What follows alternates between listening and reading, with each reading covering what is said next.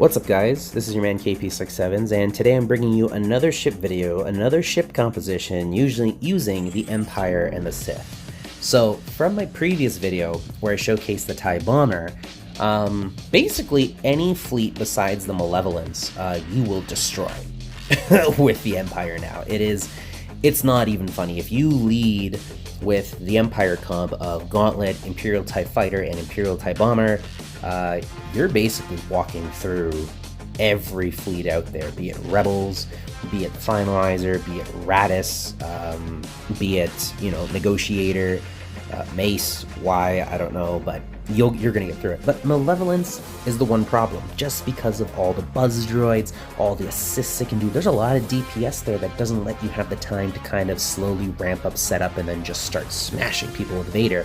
So here is a more offensive comp specifically for Malevolence fleets. And you can kill a Malevolence fleet inside of a minute. It's awesome to watch, assuming good RNG, and I'll explain that in a little bit. So this is the Sith fleet here. You got the Executrix, you have Vader, Sith Fighter, and the B28 Extinction class bomber. Now, why Sith Fighter? I'm going to get to that. And obviously in the reinforcements, we got the Palpatine Shuttle, we have the Gauntlet, we have the Imperial TIE Bomber, and then a spare Empire ship. We threw in the TIE Reaper in this case. So to first talk about the Sith Fighter, I think it's a misunderstood ship just because of the fact that people see the tag attacker and think, oh, it has to do like 100k damage and a crit, right? The problem is she can't crit. So, you never actually see big damage numbers come out of her, but that's where I think she suffers from something I call labelitis. I don't think she should have been labeled an attacker. I think if she was labeled a support, people would see her as the offensive support that she is, similar to Grandmaster Yoda, because her whole thing is actually in swarm tactics. So not only when you drop someone below 100% health, you gain 25% turn meter for all your Sith allies, but on top of it, as you deal damage to people below 100% health, that ship gains foresight and defense penetration for 2 turns. Now under Executrix, who's boosting your offense, who can grant you offense up, who can grant you defense penetration up, this is a lot of additional damage that you're adding to your ships. In addition to a defensive structure with foresight, this protects you from buzz droids, this somewhat protects you from big mass assist calls, whether it's multiple vultures or whether it's Geonosian spy trying to nuke somebody really quickly. It's pretty protective actually. So between that and the B28's unique, which actually specifically states the first time another Sith ally takes damage in any time a Sith ally drops below 100% health, he gains taunt for 2 turns and critical hit avoidance 25%. In addition to that, he throws concussion mines everywhere, 80% chance whenever he's hit. So because concussion mines can cause daze, this is very, very good at just mitigating the amount of damage the Malevolence can do, because you're not calling assists, everybody's dazed, right? So that protects you a lot. But the real kind of cherry on top of this here is actually, unsurprisingly, the Imperial TIE Bomber and his reinforcement, specifically reserve ordnance.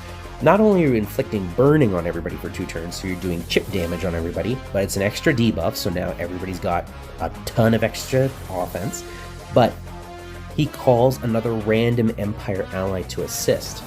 If you look at the lineup, there's only one Empire ally, and that's Vader. So Vader is going to get called 100% of the time and just shoot somebody in the face. And if there's one target lock out there, the amount of damage that Vader does to the Hyena bomber, and Hyena is, it's known as a tanky ship at 7 stars, it's hard to get through.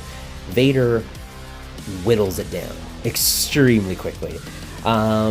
So the only other piece of information that you guys have to be aware of is the fact that there is RNG against the Malevolence. There's good RNG and there's bad RNG, because the Malevolence never really specifically targets somebody for their cleanse. It could be either Sunfac, Hyena, or the Vulture.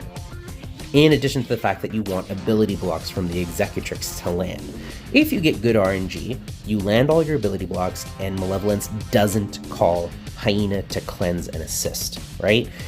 If that doesn't happen, you're literally not getting any buzz droids laying on you. the hyena will lose its taunt, and you can target the generated vulture droid to give yourself just more turn meter and then just smoke the whole fleet, like within a matter of less than a minute. If you get bad RNG, you land no ability blocks, or hyena gets called and cleanses the vulture, right?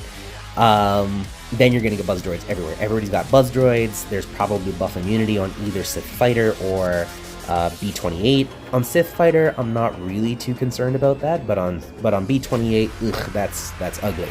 So in that case, I do have a battle where I bring up a Gauntlet Starfighter instead. It's a little bit of a longer fight, a little messier, but you still get through it. You still get through it. That's the key thing. I also included a fight where someone reinforces with the Millennium Falcon first. Now, everybody knows the Millennium Falcon is a super annoying reinforcement with Malevolence because it just hides itself and you're stuck shooting at vulture droids the whole time. Well, the Imperial TIE Bomber really doesn't care about that, and you guys will see that. Anyways, I think that was a pretty decent kind of breakdown of why the ships that I chose are important, the lineup is important. Watch the videos that are following. If you guys have any comments, if you guys feel like, you know, that there could have been maybe a few tweaks or changes to like how I chose to attack things, please let me know. Absolutely. Put it in the comments. The faster, the better that we can make this counter for the Malevolence, the sooner that I can actually come out and actually say, hey guys, Sith Empire is literally the #1 offense fleet. So yeah. I hope you guys enjoy the video. Please leave a like, share, comment, subscribe, the whole deal. And I will catch you guys later. All right, peace.